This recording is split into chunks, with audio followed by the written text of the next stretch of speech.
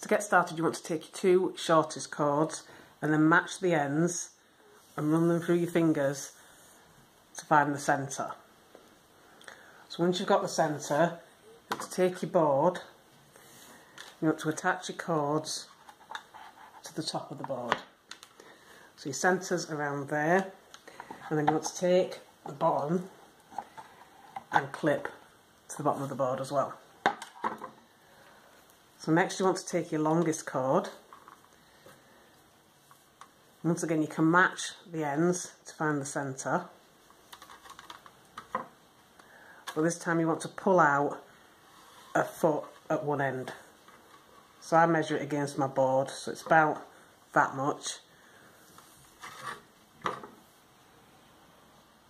So now you want to take this part, and this bit at the top wants to be the shortest part. And you want to put this over the top of your other cords and then push your loop through and then pull your tail ends through the loop you've created. And then you can push that up to where the centre was and then just tighten it up.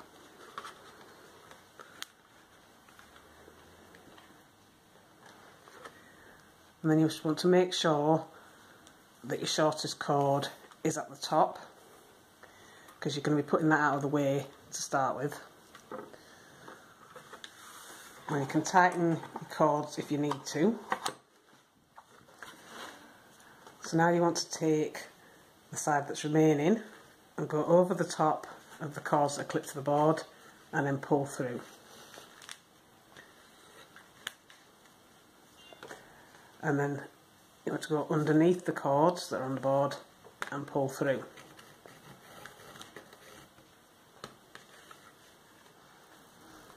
And then you want to repeat this until you've got the loop as large as you want it. So again, you're going over and then pulling it through. And then you're going to go under and pull it through.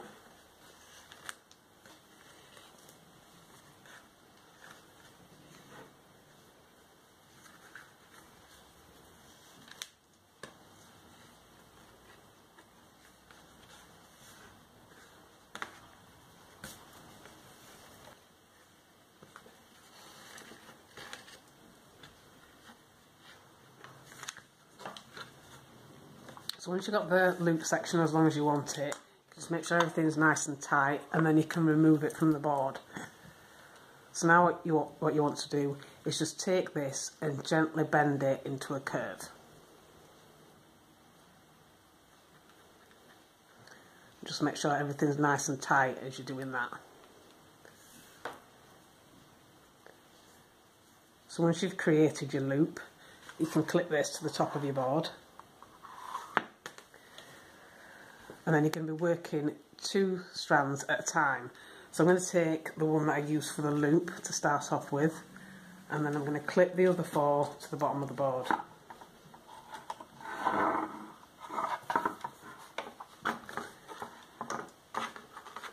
And then to start, I'm going to do a square knot. So I'm going to go over the top of those cords, and then take the cord at the other side, go over the top, and then under and through. That's your first half. And then underneath the cords are attached to the board, and then pulling this one underneath that one, and then over and through.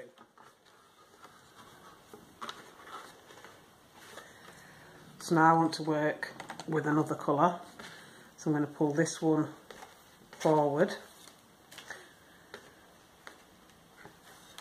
And I'll pull this forward and over that one. And then I'm going to clip these to the bottom of the board. And I'm going to do a square knot over these cords.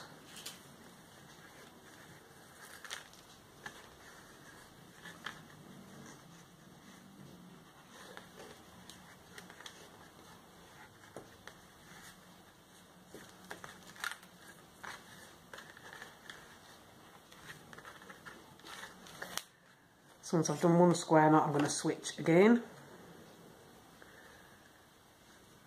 And now I want my last colour that I haven't worked with yet, I'm pulling out. And these ones going over the top.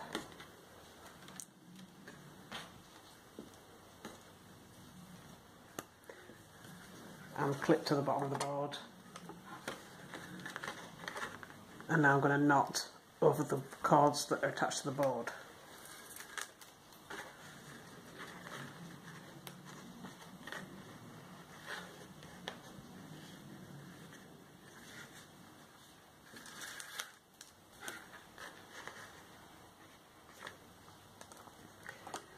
And then I'm just going to repeat this step in order.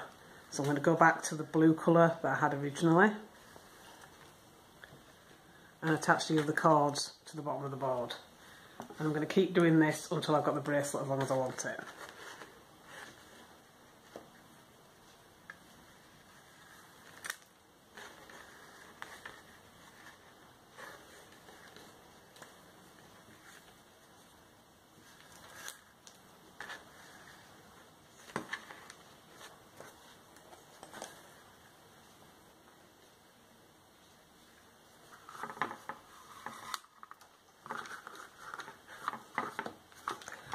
So once you've got the bracelet as long as you want it, it should look something like this.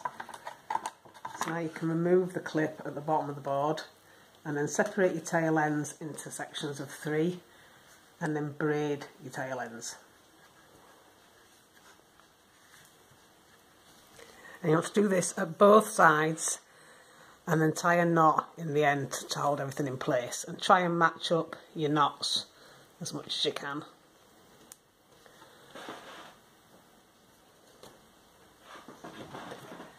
And once you've done both, you can trim off any excess.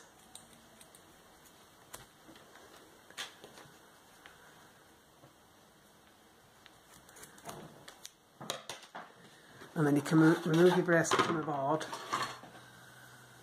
and it should look something like this. And that is your completed alternating macrame knot bracelet.